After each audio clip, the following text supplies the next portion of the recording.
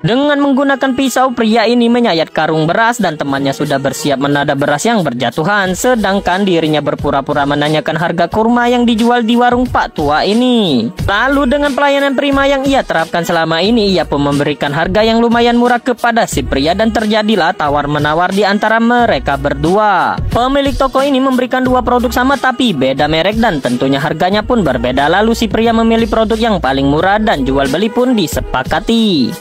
Sementara itu, teman yang menada beras memberikan kode kalau karungnya sudah hampir penuh. Ia pun lantas menyuruhnya untuk segera keluar dari toko itu dan pergi dari sana. Kemudian si pria pun mulai berpura-pura mencari uang di sakunya dengan alasan uangnya ketinggalan di rumah. Ia pun berkata untuk pulang dan mengambil uang itu. Nanti ia kembali lagi. Lalu kedua orang itu pun segera bergegas pergi dari sana. Mereka takut ketahuan oleh si Pak Tua.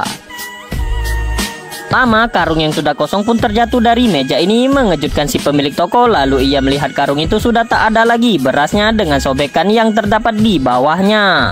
Sontak pikirnya langsung tertuju kepada kedua pria yang menanyakan harga kurma tadi dan tanpa berpikir panjang ia pun mengejar pria itu. Namun apalah daya, ia sudah tak melihat batang hidungnya lagi. Lalu kedua pria yang sudah berlari menjauhi toko si pria berada di pinggir jalan. Mereka sedang mencari tumpangan untuk pergi dari sana. Tak lama mobil pun berhenti menghampiri mereka. Terjadilah percakapan di antara mereka bertiga, yang mana isinya merupakan permohonan untuk menumpang karena tak punya uang untuk pulang. Dan si Pak sopir pun mengajak mereka, namun beras berada di belakang dan mereka berada di depan. Setelah beberapa menit berkendara, akhirnya sampailah kedua orang itu di tempat tujuan. Mereka pun meminta si Pak sopir untuk berhenti, tapi hal yang mengejutkan terjadi di saat kedua orang itu pun turun dari mobil. Si sopir pun langsung tancap gas membawa beras hasil curian tadi. Sontak kedua orang itu pun langsung mengejar, namun apalah daya kaki mereka tak secepat ban mobil itu.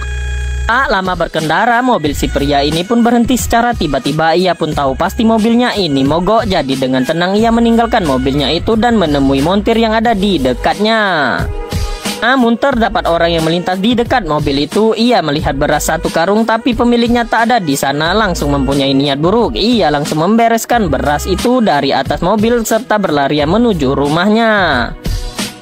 Si pemilik mobil pun datang dengan Pak Montir. Mereka pun memeriksa kerusakan yang terdapat di mesin itu dan membetulkannya. Lalu alhamdulillah mesin pun menyala dan si pria pun berterima kasih kepada Pak Montir itu dan segera pergi dari sana. Dan di saat ia sudah sampai di rumahnya, ia pun turun dari mobil serta memeriksa beras yang di belakang tadi. Namun apalah daya, beras pun hilang seperti ditelan bumi diambil orang. Kemudian si pria yang mencuri beras tadi sudah sampai di rumahnya. Dengan nafas terengah-engah ia pun membuka kunci pintu rumahnya.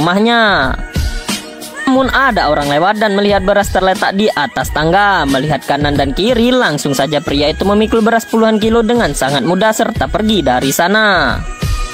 Sedangkan si pria kebingungan, terkejut saat ia melihat berasnya hilang. Ia pun tak tahu harus kemana lagi, di mana beras itu, dan akhirnya beras itu pun hilang lagi. Cerita pun berakhir. Terima kasih.